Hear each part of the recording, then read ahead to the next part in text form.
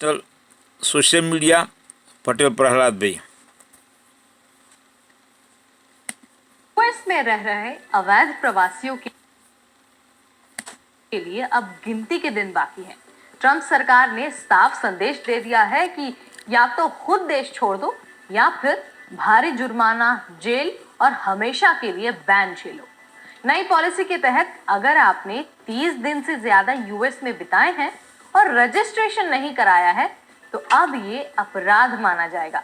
लेकिन यहाँ भी एक मौका है। अगर आप सेल्फ डिपोर्टेशन चुनते हैं तो आप खुद अपनी मर्जी से वापस जा सकते हैं, यूएस में कमाए पैसे साथ ले जा सकते हैं और फ्यूचर में लीगल इमिग्रेशन के लिए हो सकता है कि आप एलिजिबल भी हो जाएं।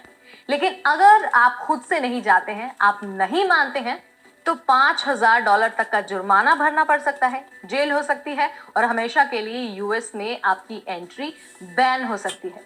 तो इस वीडियो में हम आपको बताने वाले हैं कि नया कानून क्या कहता है। 11 अप्रैल 2025 से यूएस में एक नया इमिग्रेशन रूल लागू हुआ है।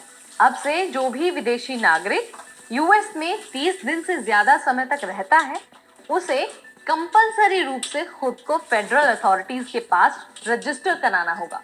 अगर वो व्यक्ति ऐसा नहीं करता है तो हर दिन करीब करीब $1,000 का जुर्माना देना पड़ सकता है। सेल्फ डिपोर्टेशन का वादा करके न मानने पर 1,000 से $5,000 तक का जुर्माना और जेल की भी सजा हो सकती है। ये नियम सभी पर लागू होता है, चाहे आपके पास वर्क वीजा हो, यानी कि जो आपका H-1B वीजा हो, स्टूडेंट वीजा हो, ग्रीन कार्ड हो या फिर आप अवैध रूप से रह रहे हैं। यानी कि हर वो व्यक्ति जो विदेश से आया है, यूएस की धरती पर रह रहा है, उन सभी के लिए ये नियम लागू होने वाला है। सरकार कह रही है कि अगर आप यूएस में हैं तो आपको अपनी वैधता का सबूत हमेशा साथ रखना होगा, यानी कि 24/7 आपको ये बताते रहना होगा कि भाई आप वैलिड है।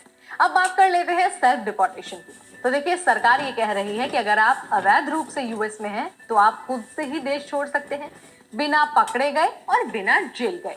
इसका फायदा ये होगा कि आप अपनी मर्जी से टिकट और तारीख दोनों चुन सकते हैं।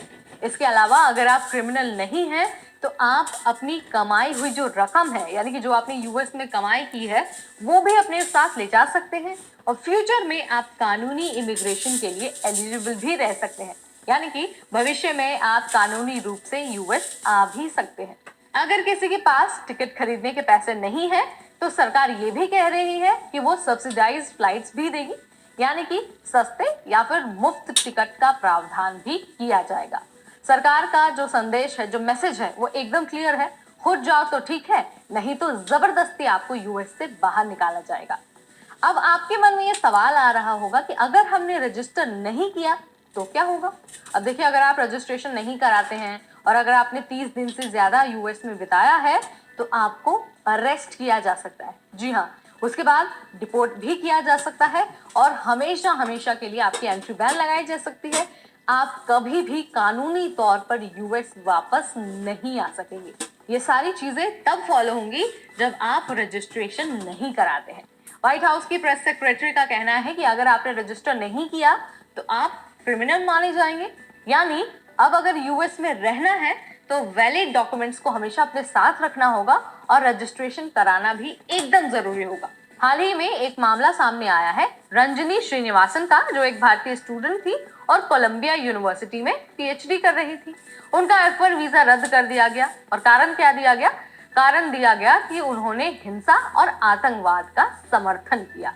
डर के चलते रंजनी ने खुद ही यूएस छोड़ दिया, यानी कि सेल्फ डिपोर्टेशन का ऑप्शन उन्होंने चुन लिया था। इसके बारे में हम आपको पहले भी जानकारी दे चुके हैं। उन्होंने सीबीपी का जो मोबाइल ऐप है उसका इस्तेमाल किया और खुद की फ्लाइट बुक करके यूएस छोड़ दिया। ये दिखाता है कि अब सरकार किसी भी तरह की ढील नहीं देने वाली है। चाहे आप स्टूडेंट हो, प्रोफेशनल हो या फिर कोई और, आपको रजिस्ट्रेशन वाला नियम मानना ही पड़ेगा। तो दोस्तों, ये है यूएस की नई इमिग्रेशन पॉलिसी का चेहरा। 30 दिन से ज्यादा अगर आप रुकते हैं तो रजिस्ट्रेशन कंपलसरी होगा, नहीं मानते हैं तो जुर्माना लगेगा, जेल होगी और डिपोर्टेशन और लाइफ टाइम बैन भी आपको झेलना पड़ सकता है। तो यहाँ पर मैंने आपको सारी चीजें बता दी है, समझा दिया, बहुत आसान भाषा में आपको एक तरह से आगाह भी कर दिया है और ये भी कह दिया है कि यूएस का जो इमिग्रेशन सिस्टम है वो कैसे करवट बदल रहा है और उसका सीधा सीधा असर पड़ रहा है प्रवासी